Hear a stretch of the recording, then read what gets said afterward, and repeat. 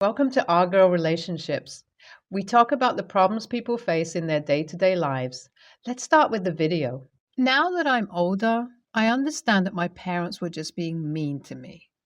We weren't stinking rich, but we were comfortable. There is no reason why they should have treated me the way that they did. They practically hid me away like they were ashamed of me or something. I was mostly in the basement, and the only other place I could go to was school. I always thought something was wrong with me and that maybe I did something to my parents not to care about me. That haunted me for years. I would cry to sleep, especially when I remembered how my friends spoke about their families. I couldn't understand why mine was so different. Both my parents think I am a mistake. My parents married young and at the time were still trying to put themselves together. So they didn't live in the best neighborhood. There was a robbery. My dad wasn't home. My mom got raped, and I was the result.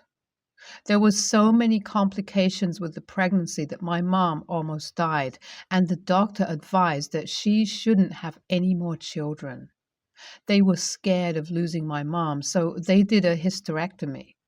My parents never stopped blaming me for what happened. Dad was angry because I deprived him of having his own biological children. Mom, because she was raped, and she almost died giving birth to a thief's child. Would someone tell me how that is my fault? This was very hard for me to live with. I couldn't do anything good in my parents' eyes. It was as though when they saw me, they saw a thief. I lived like a beggar in my parents' house. I never experienced their love or care. When I didn't have to go to school, I could stay in the basement all day and no one would check in on me. They didn't care if I ate or if I was okay. In fact, I think they would have preferred I didn't do anything that made them spend their money on me. The most annoying part was that whenever we had to go out, their attitude changed towards me. It was all for show, I'm sure. My parents had special clothing for me for when we had to present ourselves somewhere. They would treat me like I was the best thing that had happened to them. However, anyone who was very observant would notice something wrong. You can't fake love. None of my parents went to college, and I wanted a degree, but I didn't see them paying for it. My best friend and I made a pact to do everything we could to ensure we had good GPAs to be awarded scholarships. I preferred to stay at my best friend's house, so I was mostly with him during the weekends. Those were my happiest times because his family was so loving, you could feel it. It was nothing forced. I made up my mind that I would pick a school very far away from home and never come back. I wouldn't have to see my parents again if I didn't want to. The thought of that was relieving. Sometimes I wish I was never born, or they would have just put me up for adoption. Anyways, that was years ago. It's safe to say I made good on my promise. I went to school, got a degree in business administration, and I'm now running my own business. I like being a boss of my own, though it comes with its challenges, but it's still very fulfilling. I live in Georgia with my fiance, who is the best thing that ever happened to me. I love her so much. We were having a wonderful time until one Friday evening. We heard a knock on our door, and there was my worst nightmare: my parents. Once I saw them, I closed the door and went back in. My fiance asked me who that was, and I replied, "No one important." She could see my facial expression and knew I was lying, so she went by the door and saw it was my parents, so she let them in. I was upset that she did that. I knew she would if I told her who it was, which was why I didn't want to. My fiancée is so loving that she wanted me to make peace with my parents. I explained that she had never met them, so she should not suggest such a thing. So often we argued about the situation with my parents, but I wouldn't budge. My fiance grew up in a foster home and basically had to fend for herself most of her life. So she doesn't understand why I won't keep in touch with my parents no matter what they did to me. Trust my parents to act like they did nothing to me, and I was the one who ran away and didn't keep in touch. We were just about to have dinner when they came, so my fiance offered them some. At first, they declined, saying they wanted to stay only a short time because they had yet to lodge in any hotel. I knew they were scheming to stay at my house, and my fiance was oblivious. She told them we had more than enough room for them in the house. They went on and on about how proud they were of me and always believed in me. I ignored them all the time they talked. But once they said that, I snapped. At that moment, I felt all the pain I had felt all the while I lived with them. The rejection, neglect, and abuse, both emotional and physical, that I received from them years ago. They had gotten on my nerves and they needed to leave. My fiance held me tightly as I clenched my fist, trying to stop myself from saying anything. I wanted them to reveal themselves on their own so my fiance would realize they were not worth it. I suspected my best friend's mom gave my mom my address, so I called her and she confirmed it. She told me to give my parents a chance and that she knew they had no excuse for treating me terribly, but maybe they wanted to make amends, and she wanted that for me more than anything. I told her that as far as I was concerned, I was an orphan, and the closest thing I had to parents was she and her husband, and I am most grateful for them. She told me that no matter how much I wanted to lock that part of my life away, I needed to face my demons. I needed to overcome them because they affected me, whether I knew it or not. She told me that this was my chance to finally be free. She always gave the best advice. This time it was hard to swallow, but I decided to give my parents the benefit of the doubt. Let's see how the next few days go. I will try my best to keep an open mind, though they have their own agenda. And it has nothing to do with making amends. Things were going smoothly, though you could feel the tension that was expected. They still hadn't acknowledged that they were wrong or hurt me all those years ago. If they didn't bring it up, and I decided I wasn't going to bring it up either because it meant they were not remorseful, for some reason, they kept extending their stay. And my fiance, excited to see my parents, kept obliging them. I thought she had a false sense of hope, but I didn't want to rub it in her face. One morning, they said they wanted to speak to me. I knew it wouldn't be good. My mom asked me to pay off their mortgage and car loan. I blatantly refused because they were not entitled to my money. After all, I was the child that brought them shame. My parents blew up on me and demanded that I do what they asked as a way to be grateful to them. My head was spinning. What on earth do I have to be grateful to them for? All they did was bring pain to my life. They made me miserable, and they wanted to take credit when I finally escaped them and made something for myself. I let them know that as far as I was concerned, I didn't have parents, and it was time for them to leave my house because they had overstayed their welcome. This time, my fiancé could not stop me. They had overstepped, which I knew they would. That was what I was waiting patiently for, so I could make them leave. I told them never to reach out to me again or come to my house, and if they did, I would get a restraining order against them. My fiancée was disappointed that their visit didn't go as planned. She had wished that I could reconcile with my parents. Somewhere deep down, I wished the same, but I knew how they were. They probably only came to see me for my money. I wasn't going to become the child with parasites as parents. I thought everything was done with my parents. My best friend's mom called me yesterday and said she came by her house to cause a scene, and that she brainwashed me and made me cut her and her husband off. At this point, I think she would do anything to get my attention, which I am unwilling to give her. I apologized to my best friend's mom and asked her to avoid my parents at all costs. And if they did anything crazy, she should please report it to the police. NTA, but your parents are. How can they blame you for what your father did? If they didn't want the child, they had options. They could have put you up for adoption at the very least. There is no point in bringing a child into the world and neglecting them. NTA, you need to get that restraining order because I don't think your parents would stop. Your mom especially. It irks me that you are her biological son. She carried you in her womb. And she could still treat you like that? It would even be more understandable if it was your father alone, because he didn't get to have a biological child. My husband and I have 2 kids, aged 10 months and 3 years old, and I've recently returned to work. Childcare is extremely expensive, and so my mom, who was recently widowed, came to help us with them.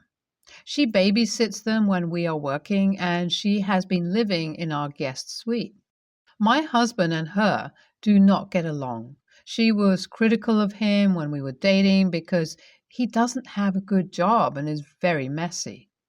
I admit the very messy part bothers me too, but at this point, it's not worth the argument, and I just do all the housework. So they fight a lot, and my husband wants her out of the house. I told him then we need to pay her to care for the kids. $2,200 will allow her a small studio apartment and basic things. But he doesn't want to pay her, saying she's my mom, so I should pay her. I told him she is taking care of our kids, so he needs to pay at least half, but he won't since he hates her. Okay, then I told him I can tell her it's not working out, and we can sign a contract either for a private nanny or a daycare, which costs around $2,500 to $3,000 for 2 kids in our area. Then he gets mad at me and says it's too expensive and I should be taking care of the kids. I make $4,000 a month after taxes, so it makes sense for me to go back to work. But he says since I'm choosing to go back to work, I should pay for all the daycare. He even referred to his mom, saying she was a stay-at-home mom and happy about it, so I should be too. We've had multiple fights about it, and I am sick and tired of it. Right now, I'm paying for everything regarding my mom, and I think it's unfair he won't let me use any joint money because she is babysitting his kids too. But he seems to think anything regarding the kids is my job. Are you tempted to get a place for yourself, your mom, and your kids, and leave your husband in his mess? As he refuses to understand, you're both responsible financially for your kids, not just you. Same for housework, you deserve better. NTA, but he definitely is. NTA, but why are you staying with this awful man? Even on a rational basis, you shouldn't quit taking care of the children, nor should you be solely responsible for any childcare costs. Even if you were only breaking even on childcare costs, it is very important for the woman to be in the workforce for a variety of reasons. If you try to get back to work after a long gap, you will never recover career momentum. If you are in the workforce, you will gain experience, be more marketable, and your salary will rise. Also, especially considering what an ass you are married to, you would be well advised to keep working so that you have economic freedom if the marriage becomes unbearable or falls apart, while he would still theoretically owe child support. The reality is that a single mother without a good job history is going to have a difficult time economically versus a single mother who has been in the workforce and getting usual promotions and raises. NTA, not going to lie, your title definitely did not prepare me for the full story and seems unintentionally misleading. This isn't about your husband not wanting to pay your mother's housing. It's about him refusing to pay towards childcare, which is beyond baffling to me. Your husband absolutely needs to be contributing towards childcare. And I get the distinct impression he's a controlling a-hole when it comes to everything. So clearly, your mother is not the issue here. He is. Honestly, he sounds like an absolute nightmare to deal with. And part of me feels like you might just be better off moving somewhere else with your mother. His child support would probably be more than he contributes right now. This is not a partnership. Whatever you do, don't let things continue like this. So, for context, I, 18 female, have always had a rocky relationship with my parents, especially my mom. My mom very consistently lies about me for attention, and it makes me very upset. But I never really called her out on it. I decided my senior year that I was not going to college for personal reasons, finances, and I already have a career path I like. My mom didn't like my decision at all and was very, very actively against it. So my mom invites me and my boyfriend to help her at this national conference. For privacy reasons, I will not be disclosing any more information about the conference itself. Besides, it was a business conference. It's about a 10-hour drive away, and she said she would drive us there, pay for our room and food, and give us about $500 to go for the week. We both agreed and go a few weeks later. It was a lot of very physical labor all at once, and then sitting and doing nothing for hours, so we frequently wandered around the conference. We were walking around and ran into my mom talking to her colleagues, a pretty large group of people. I don't remember how many. She introduced both of us to her and her colleagues, asked me what my future plans were. I said I wasn't planning on going to college and wanted to do something like personal training. I've been a competitive lifter since I was 15 and have built a following in my area. My mom quickly cut me off and said I was taking a gap year. After she finished, I said in front of everyone that I had no plans of going to college or taking a gap year. And I told my mom that. My mom tried to laugh it off and said I was taking a gap year. I said I was working towards certification and that I never had any intentions of going to college. Her colleagues were visibly uncomfortable, but my mom kept talking. She mentioned that I graduated first in my class and could go to college wherever I wanted. That is not even close to true. I barely got through my senior year and almost didn't graduate because I missed so many days. I corrected her again, saying I did not graduate first in my class and that valedictorian graduated first in my class. She tried to laugh it off and said I was close. I corrected her and said I wasn't even close. Her colleagues then excused themselves and left. I and my boyfriend also left and explored the conference more. Later, she got really mad at me and yelled at me because I embarrassed her in front of her colleagues. I told her that if she didn't lie, it wouldn't have happened. She said I always embarrass her and I just need to keep my mouth shut. I got so angry I started to tear up, and I and my boyfriend left to go to the hotel.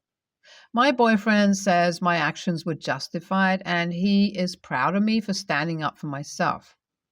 I am still second guessing whether that was the right thing to do. AITA? My mom lied about this a lot before. People came up and asked, and it creates confusion. I had asked her to stop before, and she clearly had not, and that's why I chose to confront her then. NTA, But next time, don't attend events like this with her or go anywhere with her for that matter. She's never going to stop and put her aspirations on you. Also, I don't want to freak you out or anything, but in high school, I did not want college and was also looking into going into fitness and nutrition, and it did not go well. It's very much a gig economy with no benefits when you are starting out. If you do not want to do college, you will need to find survival work as you work towards building your brand and reputation. We are also coming out of a pandemic. Getting paid clients is tough, especially keeping them on. Honestly, I know it's not your thing, but either a second job or part time in college until you get a degree will better sustain you in the long term, especially around health insurance and the inevitable unemployment between slow times, minimal income. NTA, but just let your mom have the gap year story and leave it alone. Who the hell cares what some strangers hear? This strange obsession so many people have on here to just constantly correct and argue trivial crap, which creates bigger problems, is astounding. Your mom should not have lied, but she was probably embarrassed about your choice because she wants you to succeed in life, even though you can do just fine without a college education. There's many people who still believe otherwise. Picking and choosing battles is part of life. Sometimes it sucks, but it's better than the alternative. ESH.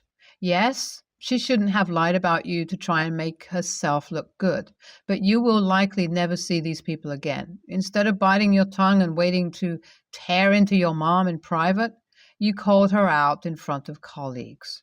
You jeopardized her livelihood to score points. There's a time and a place.